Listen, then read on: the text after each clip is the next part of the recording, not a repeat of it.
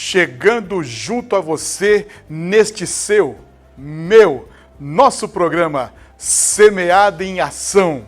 Olha, fazendo missões em todo o tempo. E nós estamos em 4 programas especiais. Uma série de programação falando sobre homens que revolucionaram os seus dias com a palavra de Deus, com o Evangelho. Na sexta passada, trouxemos para vocês a história de Martim Lutero. Que história, não é? Que exemplo, que mudança, que visão das Escrituras para dar continuidade na questão da reforma protestante. E nós somos nas suas casas, na escola, no lugar aonde ele esteve. E hoje nós vamos com John Wesley.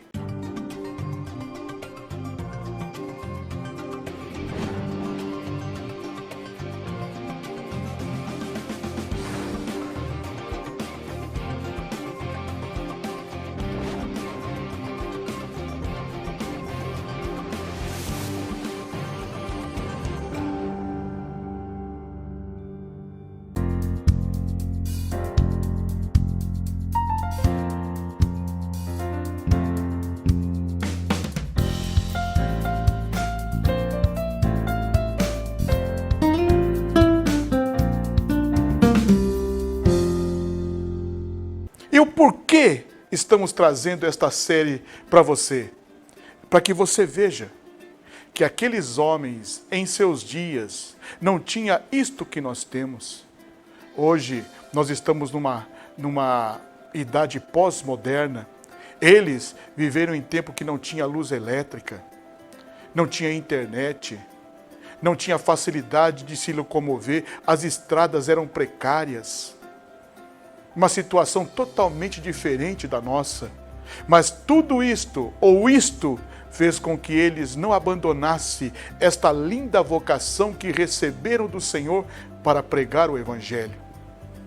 Esta série está sendo passada para te motivar a você observar que estes homens não ficaram parados diante de sua circunstância, diante de suas dificuldades. Antes, eles revolucionaram os seus dias com a palavra de Deus. Isto quer dizer que eu e você, diante desse tempo pós-moderno, de um avançar da tecnologia em todos os seus sentidos, podemos também continuar fazendo esta obra. Esta obra que hoje tomou outros caminhos diferentes dos deles. Os deles eram em cima de uma carroça e no lombo de um burro, de um animal, não é? E aí fazia suas viagens. Wesley viajando com o navio.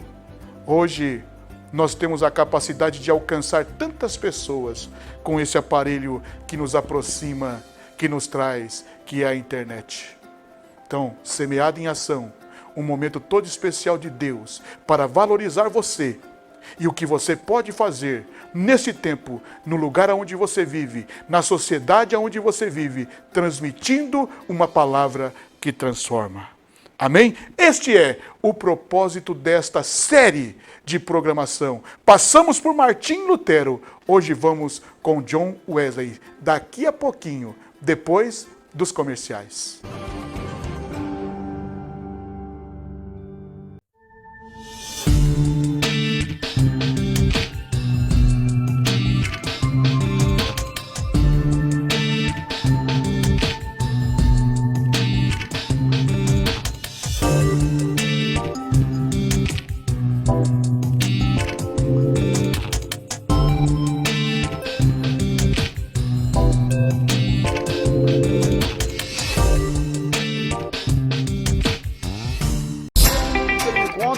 Ele encontra um erro e exorta aquela pessoa.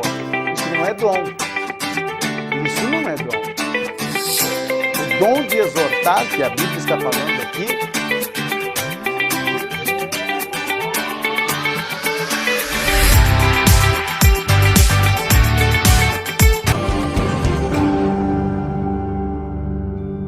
voltando aqui com você para falar sobre a vida de John Wesley.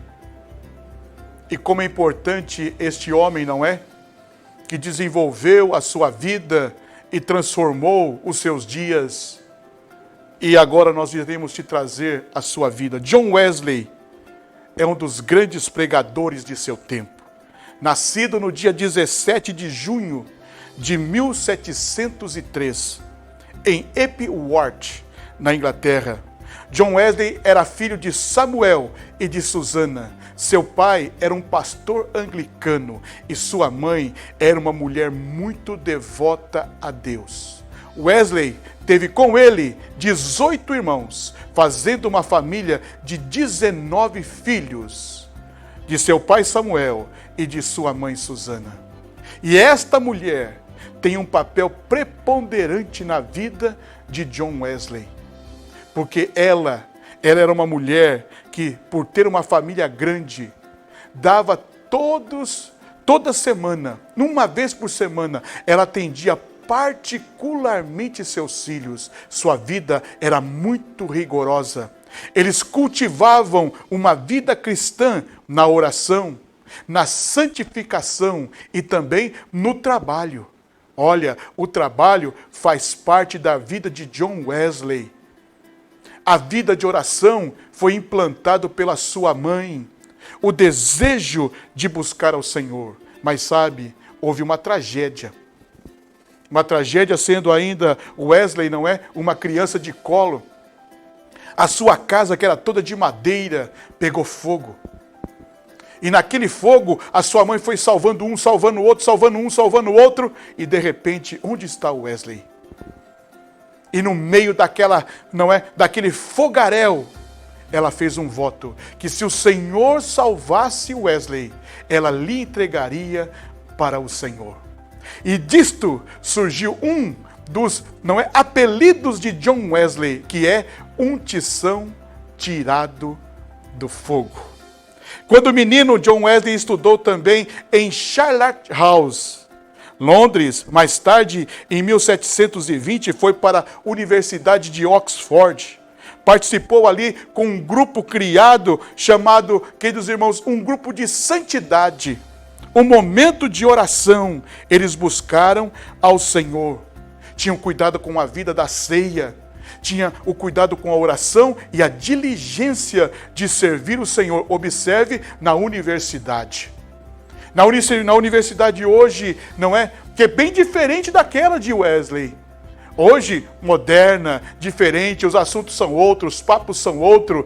E se nós, de vez em quando, colocamos o nosso filho nesse segmento tão importante que é da vida, que é se estruturar como ser no conhecimento deste tempo, também temos que ter o cuidado do que eles estão comendo na universidade. Wesley foi para um caminho, o caminho da oração. A sala da oração e da santificação. Sabe como chamava o clube? Clube dos Santos. Aqueles jovens que se separaram para Deus, para poder alcançar seus colegas de classe, seus professores, toda aquela universidade. E isto fez com que este grupo de santos, além de ter a sua questão, secular de estudo, eles também se detiveram aos estudos da Bíblia Sagrada. E quando nós vamos para a Bíblia Sagrada, queridos irmãos, nós temos que saber que ele é superior ao ensino desta terra. Wesley, além de ter o conhecimento desta terra, teve o conhecimento de Deus. É como Jesus crescia diante dos homens e diante de Deus. Se estruturava como ser. Para quê? Para a tarefa que lhe estava proposta. Eu e você somos desafiados todos os dias. E nós não podemos ficar alheio a esta verdade. Não, senhores, temos que nos aprimorar. Temos que estar inteirados. Sim, no conhecimento de todas as coisas, para termos uma resposta com o Evangelho a esta sociedade dos dias de hoje. Também Wesley é chamado de o pai do metodismo. Ele que foi impregnados pelo poder do Espírito Santo numa viagem que ele fez, e você vai saber muito bem desta história. Então foi aí uma pinceladinha da vida de John Wesley. Sua mãe, seu pai Samuel, sua mãe Susana, seus 18 irmãos, com ele 19. Não é o voto de sua mãe quando a casa pegou fogo e ela fez um voto: Senhor, eu te dou Wesley. E o Wesley foi um tição tirado do fogo. As suas, prioridades com o estudo secular, mas não de deixar uma vida em santificação no clube dos santos, aonde se desenvolveu uma vida com as Escrituras para transformar, para pregar a palavra do Senhor. E nós estamos fazendo este programa com um púlpito. Por que um púlpito? Porque Wesley, ele é um dos precursores do culto ao ar livre.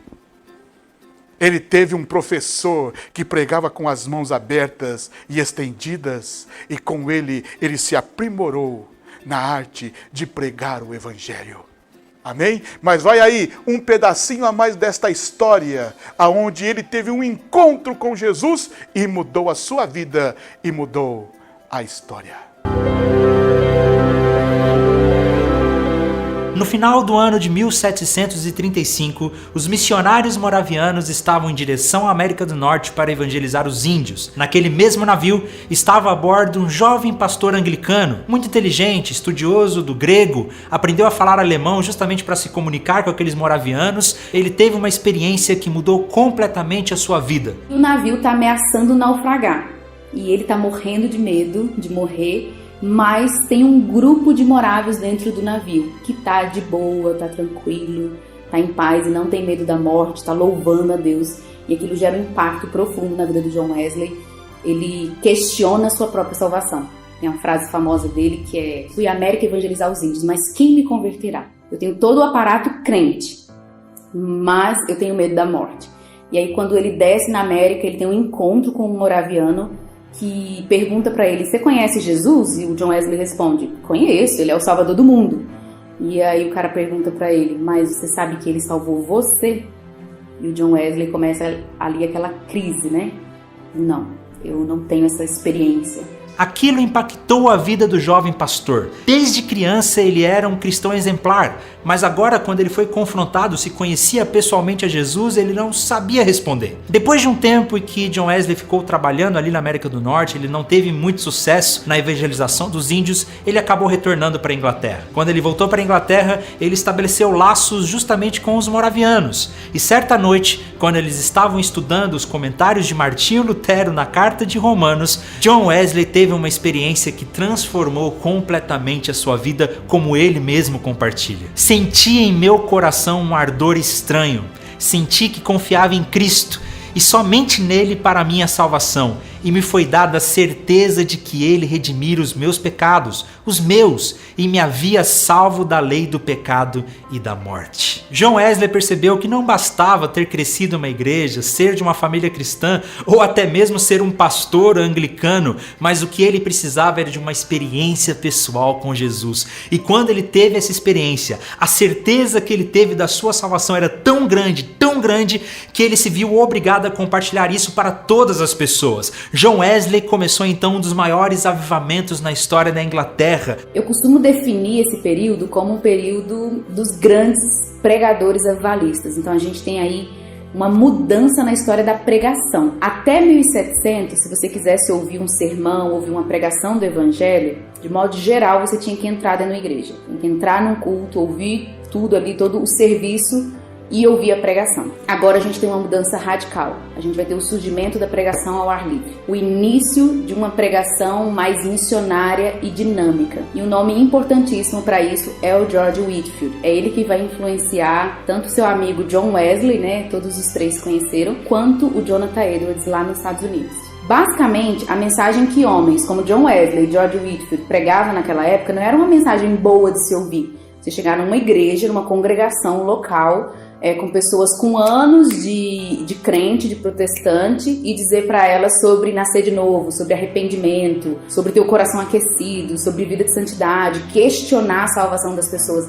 não é uma mensagem nada confortável. E aí surge essa possibilidade, essa questão, por que não pregar nas ruas? O John Wesley costumava pregar, gostava de pregar às 5 da manhã, em lugares públicos que dessem para os trabalhadores irem ouvir antes de trabalhar. Tem uma famosa frase do John Wesley, quando ele é questionado sobre você tá pregando num lugar que não é a sua paróquia, e ele responde, o mundo é a minha paróquia. Centenas de pessoas se convertiam através do movimento que John Wesley começou, que ficou conhecido como movimento metodista. O movimento metodista começou a acontecer dentro das casas das pessoas. O próprio John Wesley não tinha a intenção de romper com a igreja anglicana, ele continuava sendo um pastor anglicano, mas ele dizia que o evangelho precisava chegar de uma maneira simples para todas as pessoas e que todas as pessoas precisavam ter uma experiência de arrependimento, de conversão, uma experiência pessoal com Jesus Cristo. A pregação vai chegar agora para pessoas que talvez nunca ouviriam a pregação do evangelho, porque nunca entrariam numa igreja. Prostitutas, doentes, mendigos. Então, esse avivamento vai ter muito a característica da popularização da pregação. O impacto da vida de John Wesley e do metodismo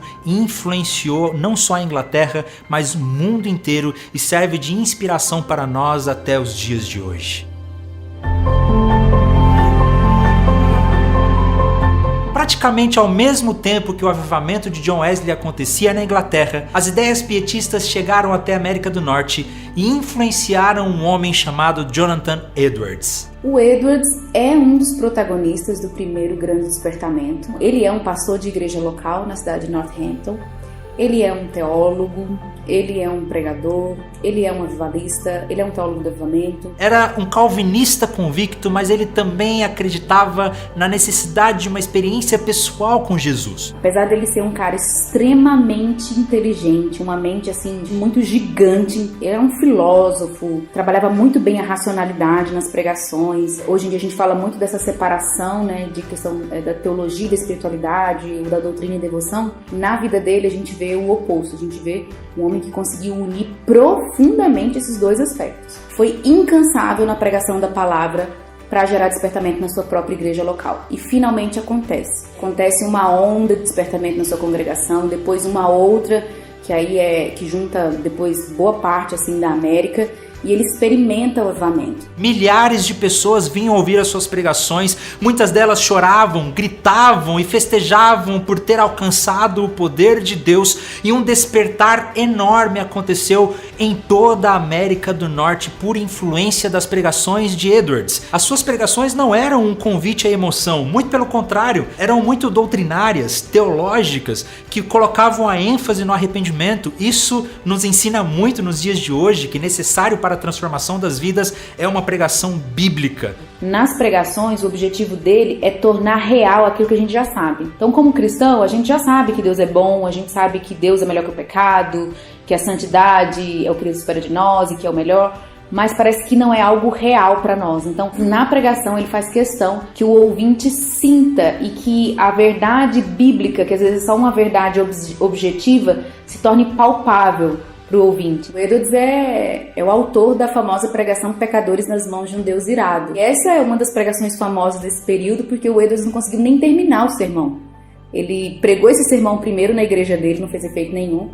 Aí ele prega numa congregação em Enfield, e aí ele não consegue nem terminar, porque as pessoas começam a chorar por causa dos seus pecados, a viver essa questão da tristeza pelos pecados. E aí é só do lado de fora que ele e outros pastores vão confortando as pessoas com o evangelho. O avivamento feito por Deus, por intermédio de Edwards, foi tão grande que pela primeira vez na história, as colônias norte-americanas começaram a ter uma unidade, um sentido de identidade único que influenciaria inclusive na independência dos Estados Unidos da América.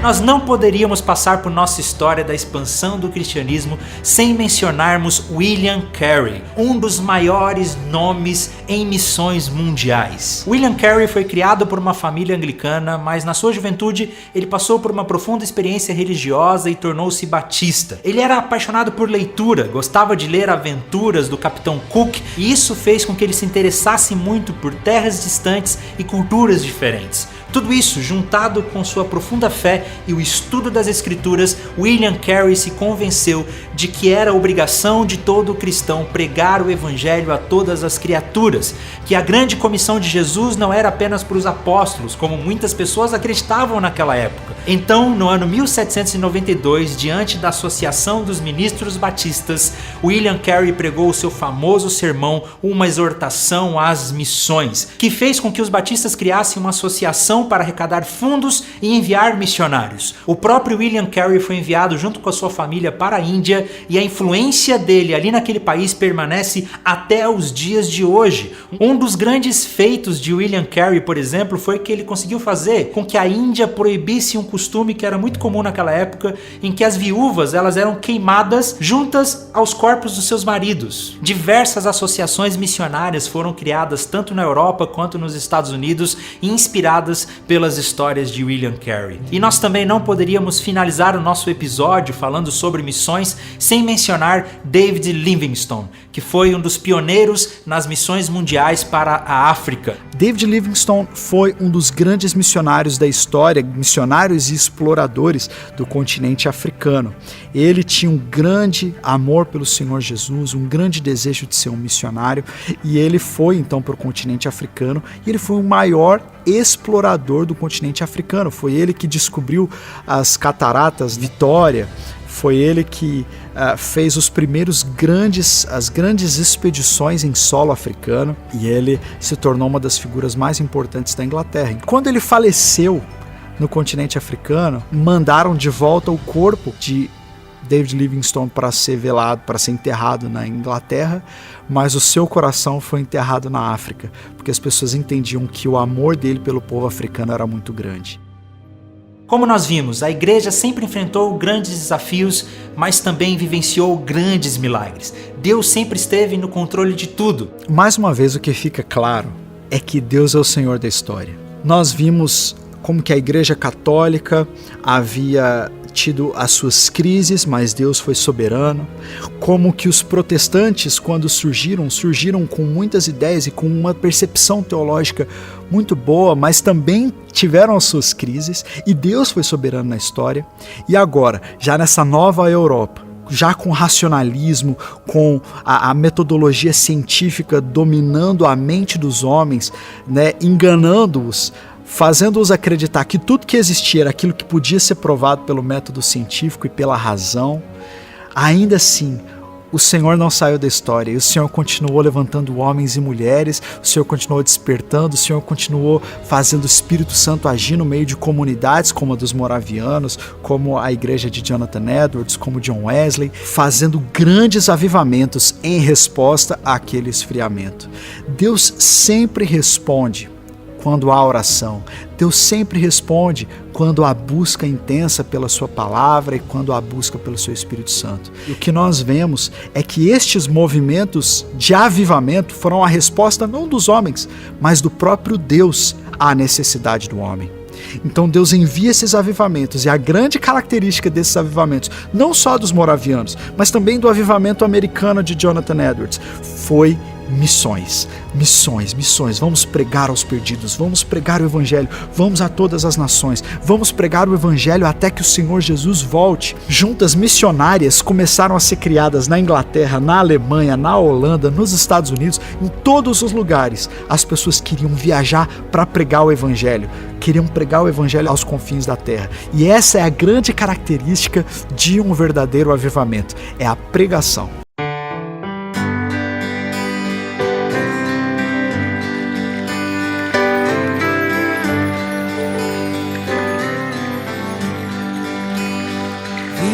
Feliz, pois sou de Jesus e já desfruto o gozo da luz. Sou por Jesus herdeiro de Deus, Ele me leva à glória dos céus. Canta minha alma, canta ao Senhor, rende-lhe sempre ardente louvor. Canta minha alma, canta ao Senhor, rende-lhe sempre ardente louvor.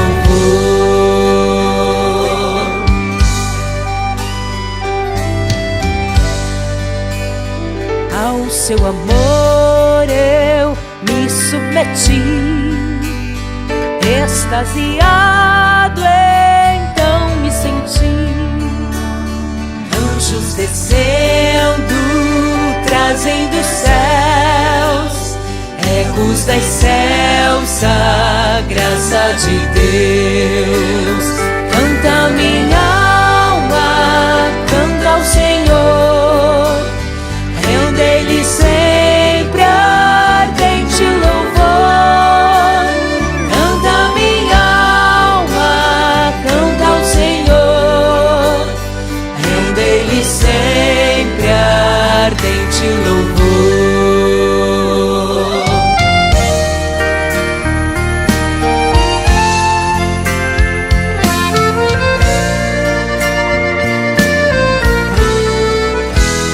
Sempre vivendo em seu grande amor, me regozijo em teu Salvador.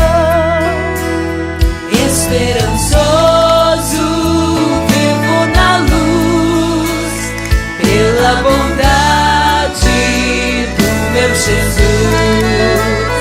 Canta minha alma, canta ao Senhor, rende-lhe sempre ardente louvor.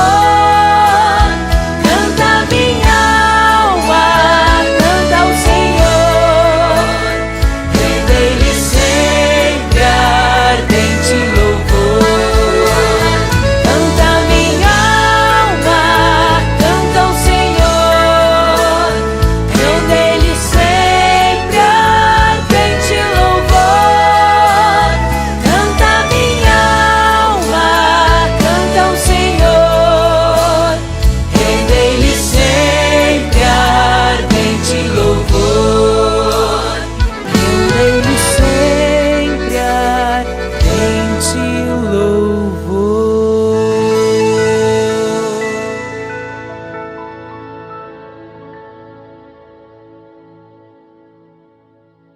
Estamos chegando ao final desta linda programação, falando de John Wesley, um tição tirado do fogo. Olha, você já teve aí um pouquinho da sua história, mas nós queremos concluir esta programação com a casa de John Wesley, porque nesta casa aconteceu uma coisa extraordinária na vida de um norte-americano.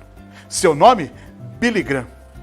Billy Graham, quando jovem pertencente, não é a sua denominação, foi levado para a Inglaterra na casa de Wesley. E justamente, não é, naquela casa, seu professor começou a mostrar aquela casa para eles. E de repente havia um lugar cercado. E ali estava o lugar aonde Wesley orava. E naquele lugar aonde Wesley orava, o chão, o piso estava gasto de tantos momentos com Deus, na oração, na intercessão, para que o Senhor intervisse em favor das vidas. Nós precisamos orar para ganhar almas.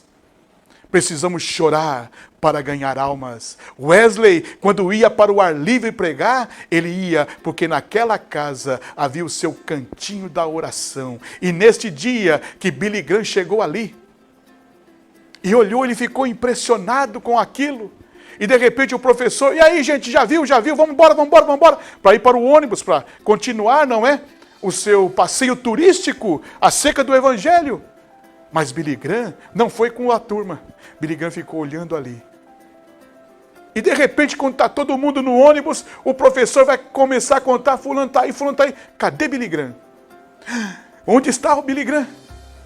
Ele correu, o professor correu para casa. E justamente naquele lugar aonde John Wesley orava, ele meteu os seus 2 joelhos para falar uma frase: faz de novo, faz de novo, faz de novo. Oh, glória a Deus! Quem sabe hoje você não precisa começar de novo. Quem sabe hoje esse fazer de novo alcance o teu coração. Faz de novo, faz de novo. E Billy Graham se tornou o maior evangelista do século. Sabe aonde? No mesmo lugarzinho da oração de John Wesley. Eu não preciso ir à Inglaterra, como não preciso ver a pedra que foi removida do sepulcro. Eu creio. Jesus diz assim: mas bem-aventurados são aqueles que não me viram, mas me ouvirão e hão de crer em mim. Então nós vamos concluir esta programação dando uma passeada na casa de John Wesley.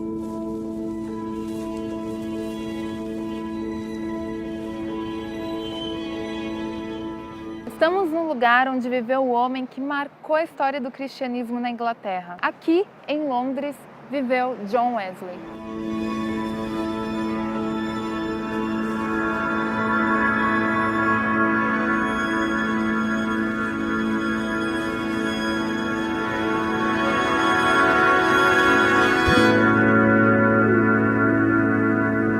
John Wesley nasceu em 1703 e morreu em 1791. Essa aqui era a casa onde ele vivia, o lugar onde ele recebia outros pregadores, onde ele preparava as pregações e onde ele passava 1 hora do seu dia, todos os dias, buscando a Deus, orando, meditando na palavra, para assim poder levar para as ruas aquilo que ele aprendia no íntimo do seu lar.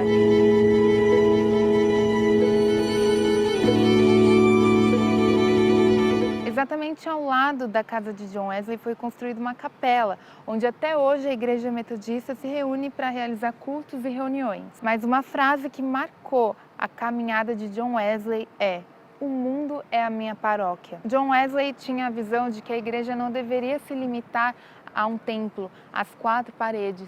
Ele saía para fora para influenciar a sociedade. Ele pregava o evangelho para pessoas de outras culturas, de outras tribos, de outras raças, independentemente da sua posição social e econômica.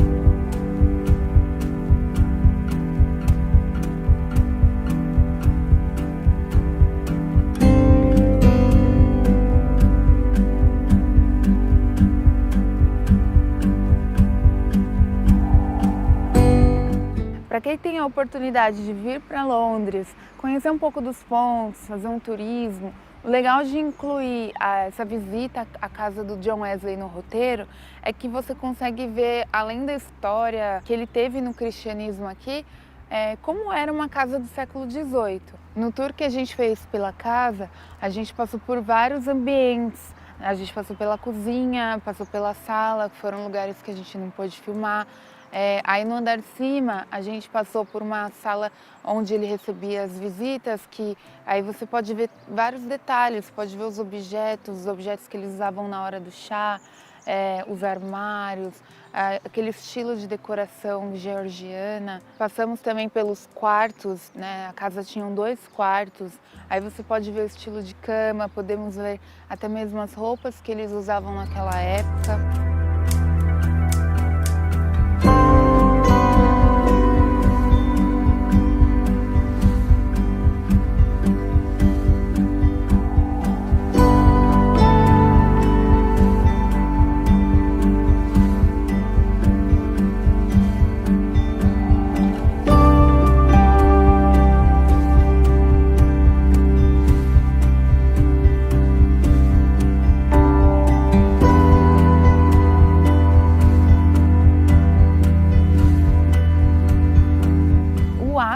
Daquele tour é mesmo a sala de oração.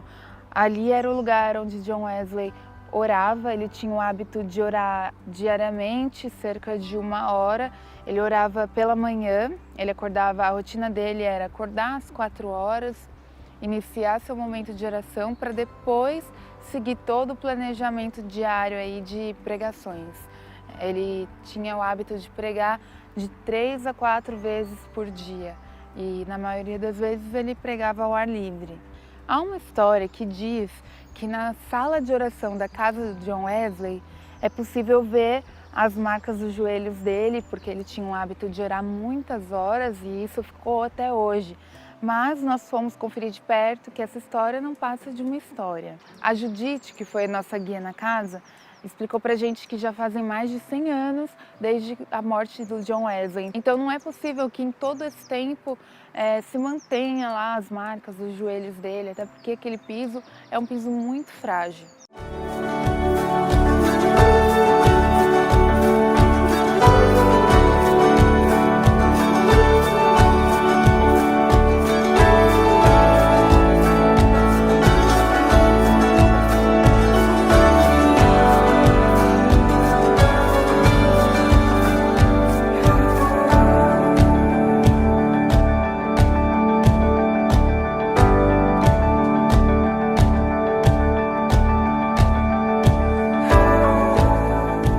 Foi criado em uma família anglicana muito forte. O pai dele era padre, a mãe dele era uma mulher muito religiosa que passava todos esses valores para os 19 filhos que ela tinha. Quando John Wesley começou a estudar na Universidade de Oxford, o irmão dele iniciou um grupo de estudos bíblicos junto com ele e outros rapazes.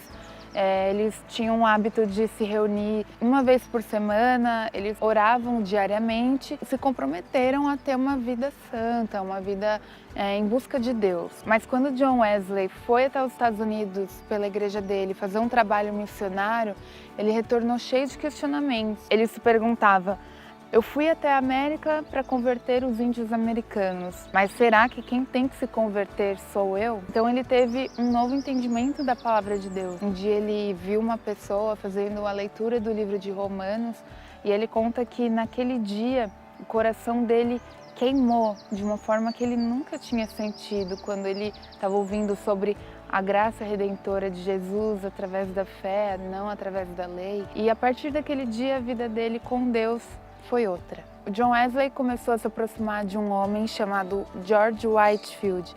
Ele tinha o hábito de pregar nas ruas, porque naquela época muitas pessoas perderam seus empregos, as indústrias estavam chegando na Inglaterra, muitos ficaram pobres, e a igreja daquela época não estava dando apoio, estava negligenciando a ajuda para aquelas pessoas. Com o passar do tempo, o John Wesley se tornou líder daquele movimento. Então ele começou a não somente pregar nas ruas, mas ele começou a ajudar os pobres. O trabalho social foi uma marca muito forte do ministério de John Wesley.